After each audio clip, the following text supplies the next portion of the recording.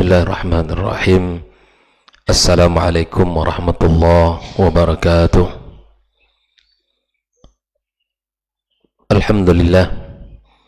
Alhamdulillahi rabbil alamin. Wassalatu wassalamu ala ashrafil mursalin wa ala alihi wa ashabihi ajma'in. Ashhadu an la ilaha illallah wahdahu la sharika lah, waliyus salihin wa khaliqul khalqi ajma'in, wa ashhadu anna Muhammadan abduhu wa rasuluhu al-mab'uth rahmatan lil alamin. Ya ayyuhalladzina amanu ittaqullaha haqqa tuqatih wa la tamutunna illa wa antum muslimun. Allahumma inna nas'aluka ilman nafi'a wa rizqan tayyiban wa amalan mutaqabbala. La ilaha illa anta subhanaka inna kunna minadh dhalimin. Amma ba'd. Ikhwani wa akhwati fid din, kaum muslimin dan muslimat, jamaah salat subuh Masjid At-Taqwa Indah As-Sakinah Al-Mawaddah Pekanbaru, rahimakumullah wa ra'akum. Alhamdulillah, kita senantiasa bersyukur pada Allah. Tiada kalimat yang paling pantas yang kita ucapkan adalah ucapan Alhamdulillah,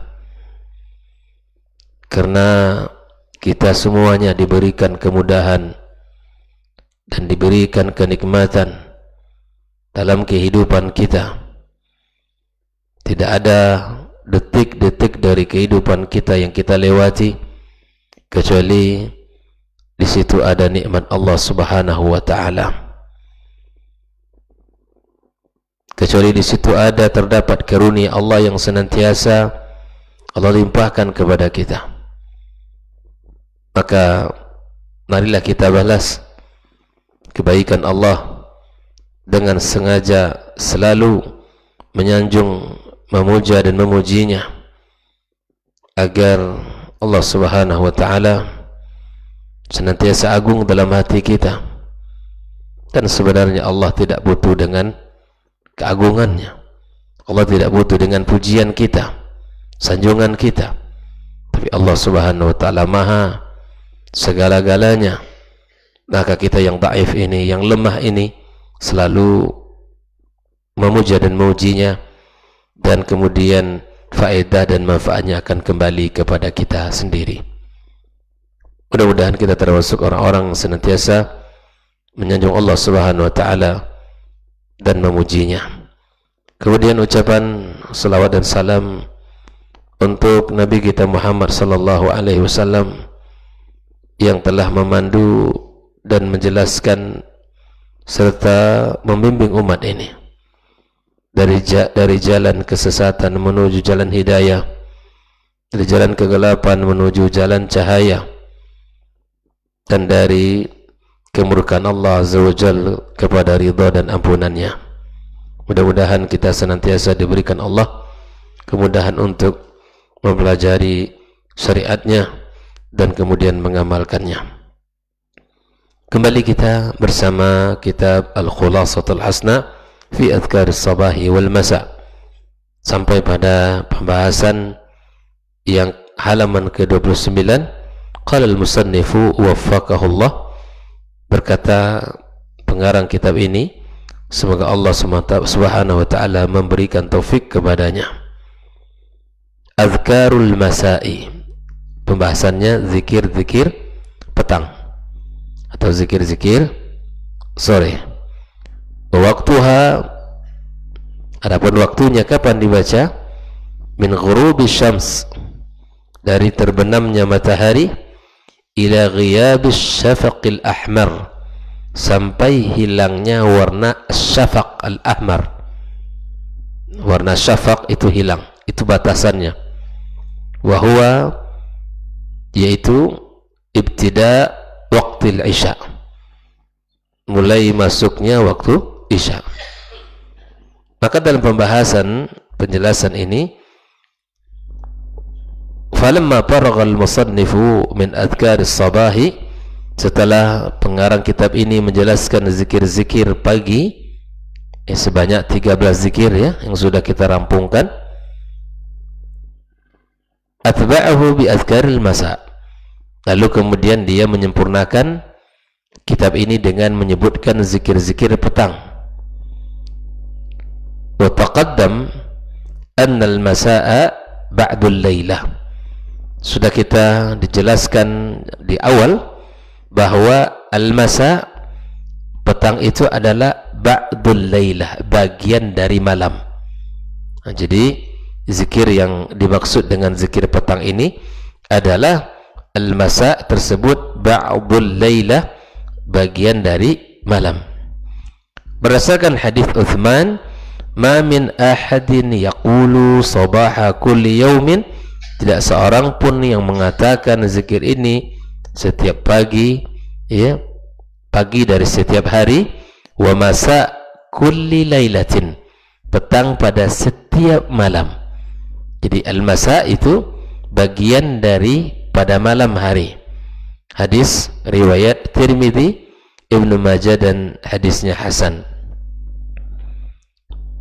Al-Bukhari di dalam sahihnya menyebutkan dalam bicara tentang hadis istighfar, man qalaha, siapa mengatakannya, idza asbaha, ketika di pagi hari, famata min yaumih, maka dia meninggal di bagian hari tersebut, ya, artinya ini pagi itu adalah bagian daripada hari. Wa man qalaha idza amsa famata min lailati, kalau dia meninggal di petang hari, ya, kalau dia membaca zikir ini di petang hari kemudian meninggal pada malam harinya, maka di sini Imam Bukhari menyebutkan as-sabah, pagi bagian daripada hari, adapun al-masa, ya, waktu petang adalah bersamaan atau bagian daripada malam hari. Ini menunjukkan bahwa masa itu adalah bagian dari waktu malam. Maka kapan kita harus memulai berzikirnya? Nah, ini pasti kita pahami baik-baik. Wabtida'ul laila yakunu bi ghurubis syams. Mulainya malam itu dengan tenggelamnya matahari. Ittifaqan. Ini ittifaq para ulama. Jadi zikirnya itu bukan, kalau dalam pendapatnya Syekh Shalih Al-Utsaimin, dibaca bukan ba'dal asar langsung, tetapi setelah terbenam matahari. Nah ini. Ba'dul laila fala takunu hadhihi al-adhkar qabla ghurubi syams. Maka zikir-zikir ini tidak dibaca sebelum terbenam matahari abadan. Wa hadha huwa al-madhhab al-mansur. Inilah pendapat yang dirajihkan oleh beliau ini. Di kapan kita mulai zikir petang itu? Setelah terbenam matahari. Wa ilaihi dhahaba jama'atun min ahli al-ilm.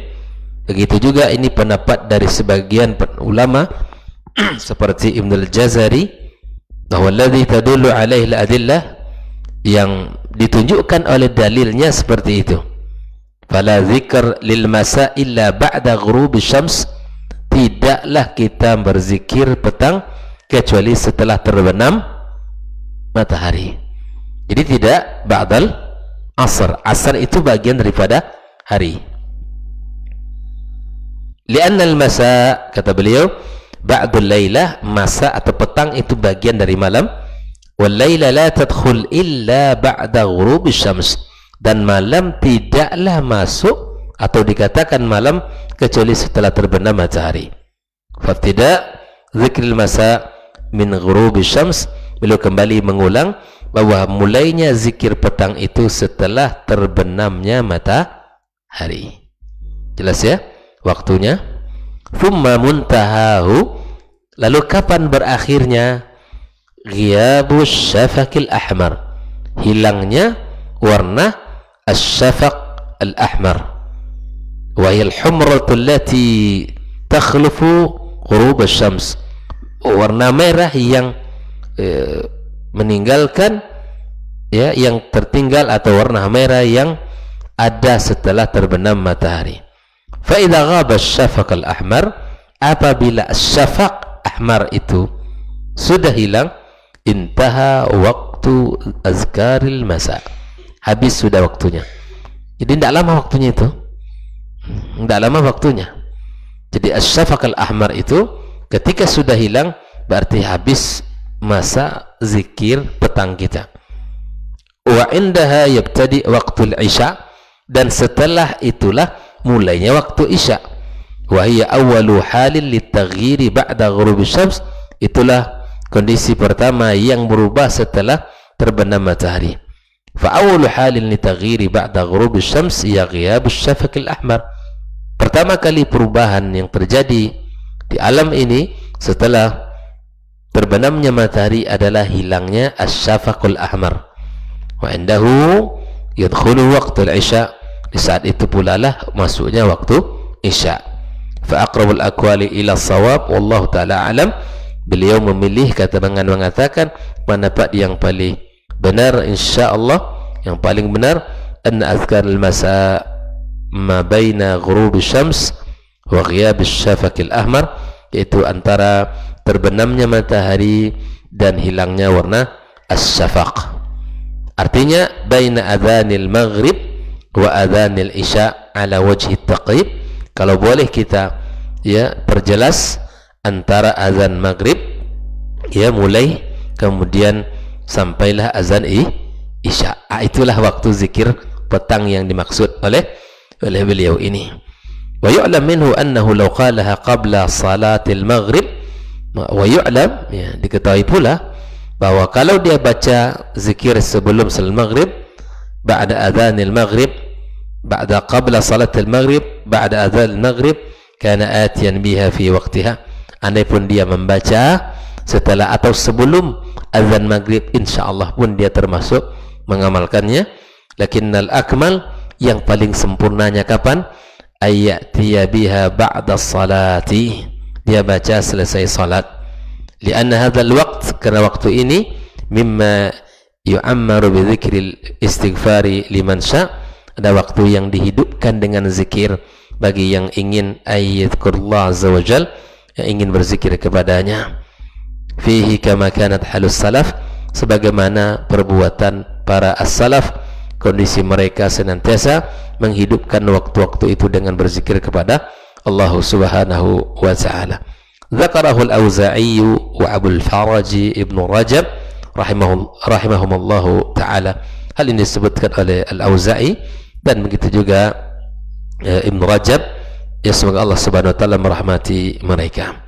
Inilah pembahasan tentang kapan sih zikir sore itu dibaca. Itu ketika mulai terbenamnya matahari kemudian sampai hilangnya warna asy-syafaq, warna asy-syafaq. Ikhwani wa akhwati fiddin, nah zikir-zikir ini sangat ya patut untuk kita jaga dan untuk kita amalkan, karena akan membuat kita lebih semangat di petang harinya dan dimudahkan Allah subhanahu wa ta'ala dalam segala urusan kita, serta dihindarkan kita dari segala berbagai bahaya. Inilah keutamaan-keutamaannya. Nah, mari kita jaga, kita amalkan, ya, kita senantiasa berusaha untuk tidak luput darinya, tidak melewati malam kecuali kita awali dengan zikir kepada Allah subhanahu wa ta'ala. Ikhwani, nah zikir-zikir ini juga akan membantu ya kita semua di dalam mengingat dan senantiasa menjaga diri kita dari gangguan-gangguan syaitan. Zikir-zikir itu akan membentengi kita dari segala bentuk gangguan-gangguan, baik itu dari manusia maupun dari gangguan dari syaitan. Khani, nah oleh karenanya kita mari membaca, melihat zikir-zikir apa saja yang termasuk atau yang digolongkan oleh al-musannif waffaqahullah di dalam zikir-zikir petang ini. Yang pertama adalah ya seperti mana yang kita baca di zikir pagi adalah membaca sayyidul istighfar. Allahumma anta rabbi la ilaha illa anta. Ya Allah, engkau adalah Rabbku, tiada ilah yang berhak disembah kecuali engkau. Khalaqtani wa ana abduka, Engkaulah yang menciptakanku dan aku adalah hambamu. Wa ana ala ahdika wa wa'dika mastata'tu. Dan aku akan senantiasa pada perjanjianmu, perjanjianku padamu, dan semampuku, dan aku yakin akan janjimu kepadaku. A'udzubika min syarri ma sana'tu. Aku berlindung kepadamu dari kejelekan yang kuperbuat. A'udzubika bi ni'matika alayya. Dan aku mengakui nikmatmu kepadaku. Wa abu'u bi dzambi. Aku juga mengakui dosaku. Faghfirli, maka ampunilah dosaku. Fa innahu la yaghfiru dzunuba illa anta. Maka sesungguhnya tiada yang bisa mengampuni dosa-dosaku kecuali engkau. Ini dibaca satu kali. Adapun faedah hadis ini, faedah zikir ini, barang siapa yang mengucapkan zikir ini di siang hari dalam keadaan penuh dengan keyakinan, lalu ia mati pada hari tersebut sebelum petang hari, ia akan masuk surga. Karena siapa yang mengucapkannya di malam hari dalam keadaan penuh keyakinan, artinya ketika zikir petang itu dibaca dengan penuh keyakinan dia mengatakan itu, lalu ia mati pada malam itu sebelum paginya, ia akan menjadi penghuni surga. Mari kita jaga Sayyidul Istighfar ini dalam setiap pagi dan petang kita. Yakini apa yang kita ucapkan dan kita lafalkan, insya Allah memberikan faedah yang luar biasa kepada kita. Kedua, di antara zikir yang digolongkan kepada zikir petang adalah Ya Hayyun Ya Qayyum birahmatika astaghith aslih li sya'ni kullah wa la takilni ila nafsi tarfata ainin. Wahai Rabb yang maha hidup, ya, wahai Rabb yang maha berdiri sendiri, tidak butuh dengan segala tidak butuh kepada segala sesuatu. Dengan rahmatmu, birahmatika astaghith, aku meminta pertolongan.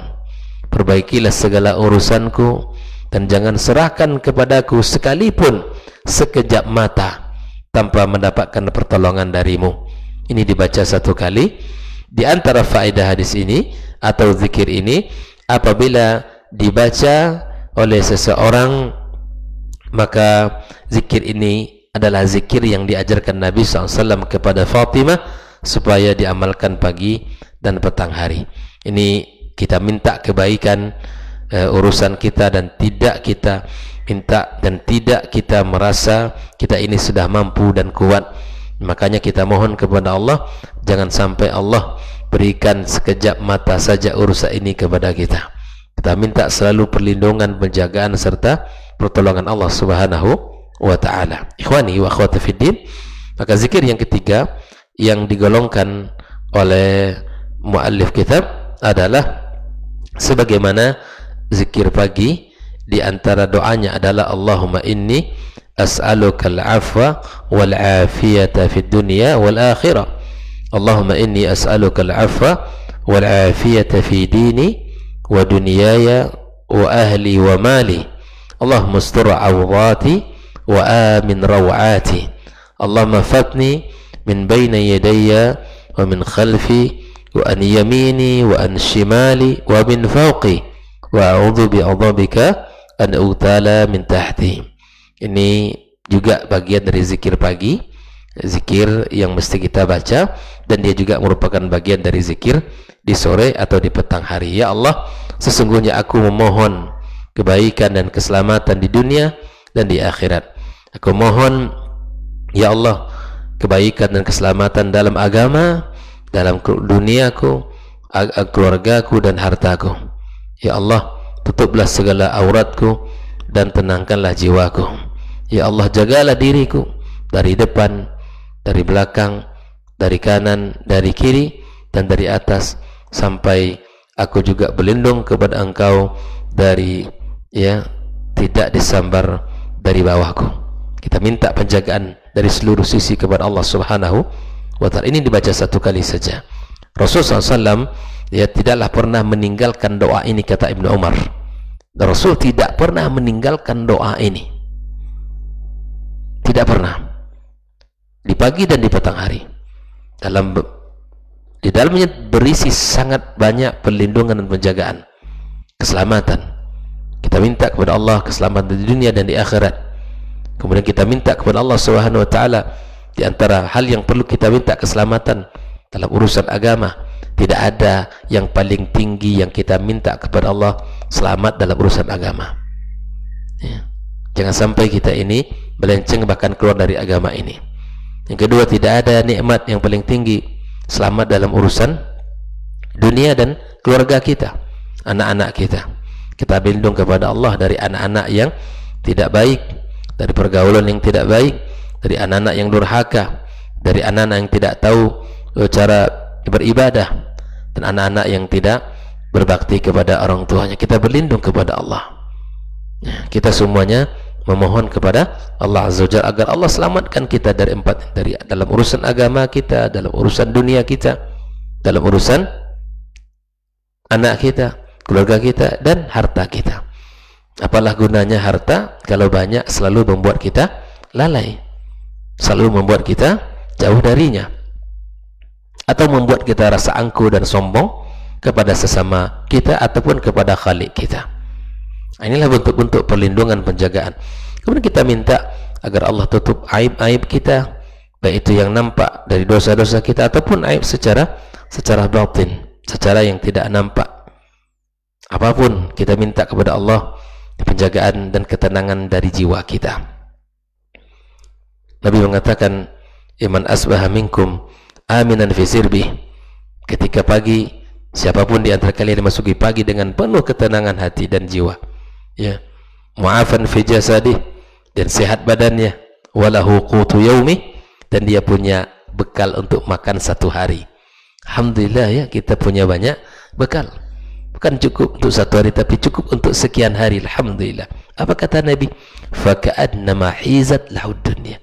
Seakan-akan dunia telah diberikan kepadanya. Allahu Akbar. Kita bersyukur. Tidak ada alasan kita untuk tidak bersyukur. Dan kita tidak habis alasan untuk tidak bersyukur, karena tidak ada detik dari kehidupan kita kecuali di situ nikmat Allah hadir kepada kita. Maka itu ikhwani, pagi kita dalam keadaan aman kita kan, pantau dari depan sana berjalan aman, tak ada dia rasa takut, aman, bisa berjalan dengan baik. Ibadah masjid ini, kita keluar dari rumah kita menuju masjid ini aman, tentram hati kita, badan kita sehat, kemudian kita punya bekal untuk makan hari ini. Oke, insyaallah lebih cukup dari ini, ya, untuk beberapa hari ke depan, ya, bahkan mungkin 1 bulan ke depan ada. Alhamdulillah. Maka dunia seakan diberikan kepadanya. Ini patut kita syukuri ikhwani, agar kita menjadi orang-orang yang senantiasa bersyukur pada Allah Subhanahu wa taala. Insyaallah kita lanjutkan, ya, zikir-zikir petangnya. Ya, kita ingat Sayyidul Istighfar, kemudian ya Hayyun ya Qayyum, kemudian setelah itu Allahumma inni as'aluka al-afwa wal afiyata fid dunya wal akhirah. Insyaallah akan kita bahas, kita lanjutkan apa saja sisa dari zikir-zikir petang ini, dan mudah-mudahan bisa kita amalkan dari 13-nya. 13 di zikir pagi yang sudah disebutkan, insyaallah baru 3 kita sebutkan dari zikir petang yang dianjurkan, yang disebutkan di dalam kitab ini. Semoga Allah SWT jaga kita dan berikan kepada kita kemudahan-kemudahan di dalam mengamalkan, ya, setiap syariat yang telah kita pelajari. Wallahu ta'ala alam, wa sallallahu ala nabiyyina Muhammadin wa sallam, wa subhanakallahumma bihamdika asyhadu an la ilaha illa anta astaghfiruka wa atubu ilaik. Wassalamualaikum warahmatullahi wabarakatuh.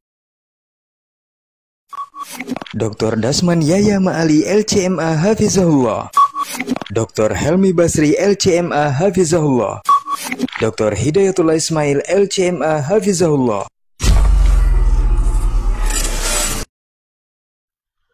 Orang yang keluar dari rumahnya menuju rumah Allah untuk menuntut ilmu syar'i, maka sungguh dia sedang berjalan di jalan ilmu, dan itu akan memudahkannya untuk menuju surga Allah Subhanahu wa taala. Man salaka tariqan yatlubu fihi ilman, salakallahu bihi tariqan min turuqil jannah. barang siapa yang menempuh sebuah jalan, jalan yang ditempuhnya adalah jalan menuntut ilmu, maka Allah akan mudahkan jalannya untuk menuju surga Allah Subhanahu wa taala. Orang yang berangkat ke masjid untuk menuntut ilmu syar'i dianggap sebagai jihad fi sabilillah.